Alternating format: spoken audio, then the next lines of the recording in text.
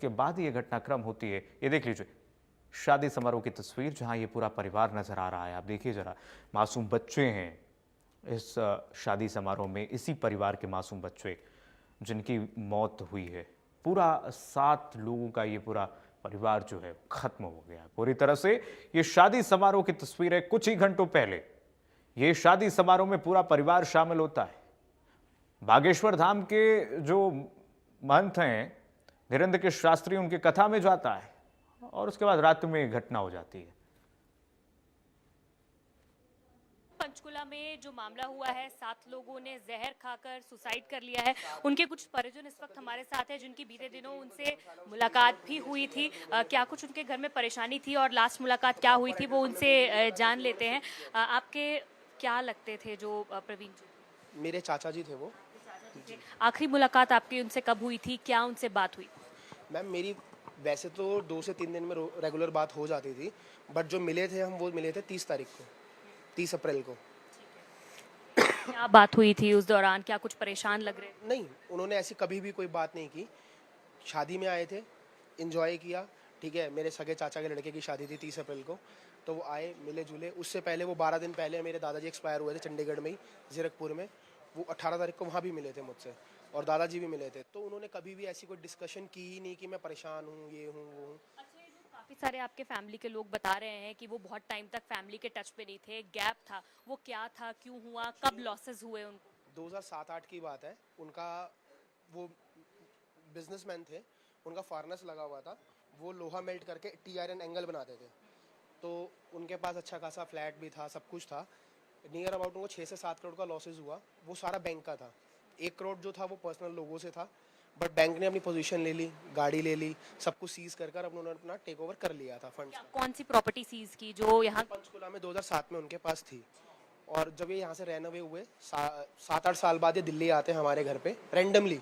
हमारे को कोई कांटेक्ट नंबर नहीं था, कुछ नहीं था। 7-8 साल बाद ये आते हैं हमारे पास, तो हम देख के इनको बहुत खुश हुए कि इन्होंने कुछ ऐसा वैसा गलत स्टेप नहीं उठाया। तो इन्होंने सारी बात बताई कि ऐसे ऐसे लॉसेस हुए, ये हुआ, वो हुआ। बट अभी 1 साल पहले जब ये पंचकुला शिफ्ट हुए अपने सास ससुर के पास, तो इन्होंने सब बंदों को जिसको देने थे पैसे, इन्होंने सबने फिजिकली मिले और इन्होंने बोला कि मैं काम करना चाहता हूँ और मेरे पास फंड्स नहीं है, तो प्लीज़ मुझे काम करने दीजिए। तो किसी ने भी, कौन कौन लोग थे जिनसे इन्होंने फंड्स लिए? एक्चुअली में 2007 की बात है। पहली बात तो मुझे पता नहीं, क्योंकि मैं बहुत बच्चा था उस टाइम। मैं 17 साल का था जब उनको लॉसेस हुए। दूसरी चीज़ ये कि उनको इतना टाइम हो गया था, तो किसी ने उनको फोर्स नहीं किया कि भाई मुझे पैसे दो, तुम्हें काम नहीं करने दूंगा, ये वो ऑल दैट। ये लॉसेस जो बात चल रही है, ये 2007-8 के थे। ठीक है, लॉसेस थे, बट ऐसा नहीं था कि बंदा इतना बड़ा स्टेप आज उठाए। अगर उठाना होता तो शायद वो 2007-8 में उठाता।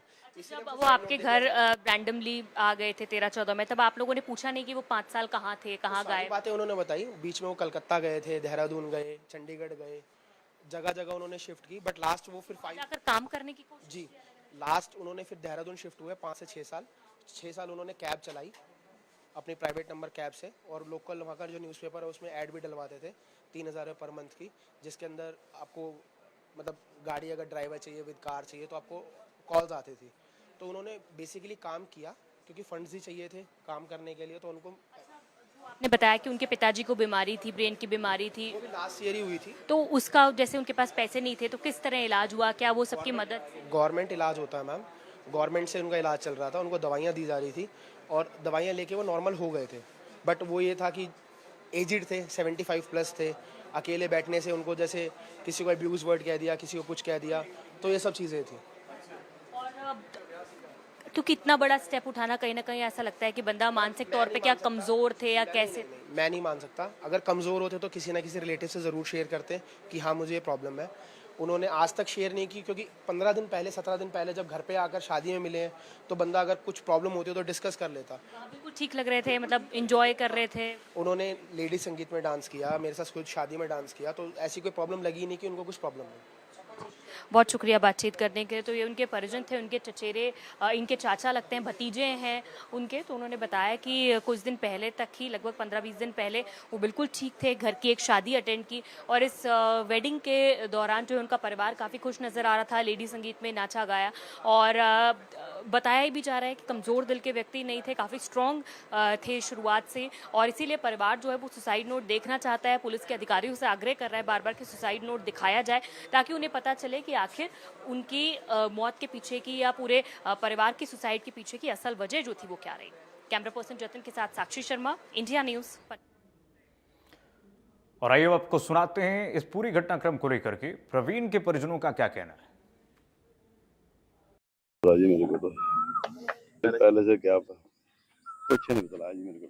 वो गाड़ी गुड़ी चलाया करते थे देहरादून में, पता नहीं मेरे को जल में बागेश्वर धाम कह रहे थे ये पुलिस वाले कह रहे हैं। पारिवारिक परेशानी चल रही थी, पारिवारिक परेशानी हमारे से तो मतलब नहीं था जी। अच्छा, बाकी अपना था वो जो भी है, लड़की थी पहले रहती थी, उसकी हेल्प कर दिया करते थे हम बस। परेशानी क्या था, परेशान तो थे ही वे, पैसा पूसा कहीं ले रखा होगा ब्याज बूझ पे। अब देखो हम तो जितनी हेल्प करनी थी उतनी हेल्प करते रहे। हमें तो 4 बजे पता लगा कि हाँ जी ऐसे ऐसे हो गया। आप गरीबी की परेशानी थी मेरे हिसाब से, तो क्योंकि पहले अच्छे खानदानी बंदे हैं, पहले अच्छी गाड़ियाँ थी, सब कुछ था। अब जो क्राइसिस आए हुए थे, नहीं पैसे थे, मुझे तो यही कारण नज़र आ रहा है और तो कोई कारण नज़र नहीं आ रहा। परेशानी तो थी, देखो जी फोन जब भी होता था कहते थे हम परेशान हैं। मेरे से आज से 1.5-2 महीने पहले बात हुई, कहते जी मैं परेशान हूँ, मेरी गाड़ी है वो भी ख़राब हो गई है, अब टैक्सी में चलती भी नहीं है, तो काम भी नहीं मिलता है टैक्सी का, तो खर्चा निकालना मुश्किल हुआ है। तो मैं कोई काम करना चाहता हूँ, भैया मेरे को आप थोड़े पैसे दे दोगे? मैं कहा कोई बात नहीं, ले लो। मेरे को उन्होंने बोला 50,000 रुपये दे दो, तो इन्होंने मेरे को अकाउंट नंबर भेजा, मैंने 50,000 रुपये इनके खाते में डाल दिए। फिर 5 दिन पहले मेरे पापा से बात हुई कि पापा ने पूछा भी बुआ फूफा तेरे मम्मी पापा सब ठीक हैं? कहते ठीक है, तो बीमारी हैं, अब बेड पे हैं। पापा ने पूछा कोई पैसे पूछे की जरूरत है? नहीं, कहता भैया ने दे दिए थे, कोई जरूरत होगी तो मैं ले लूँगा, अभी तो काम चल रहा है, जांच पड़ताल होगी तभी पता लगेगा अभी क्या कहें ये साथ। ये मैंने सुनने में आया है कि मीडिया वाले ही बता रहे हैं कि वीडियो चल रही है, कोई उनका इंटरव्यू है परवीन का, कि हम हनुमंत कथा सुनने गए थे तो रास्ते में ऐसा कदम उठाया हमने। ये मतलब यहीं पे सुनने में आया। कितना कर्ज था कुछ बताया? कर्ज पुराना है सर, कर्ज की कोई वजह नहीं है, कर्ज पुराना है, कर्ज अब कोई नहीं उनसे मांग रहा था पैसे। वो सबसे मिलाए थे, सबको बोलाए थे कि मेरे पास नहीं है, तो सबने बोल दिया तभी नहीं है, तो बात खत्म हो गई। कर्ज मैटर नहीं है कोई भी, और कोई इनसे पैसे। और चलिए फिलहाल के लिए बस इतना ही। खबरें लगातार जारी, देखते रहे इंडिया न्यूज़ हरियाणा। राम राम।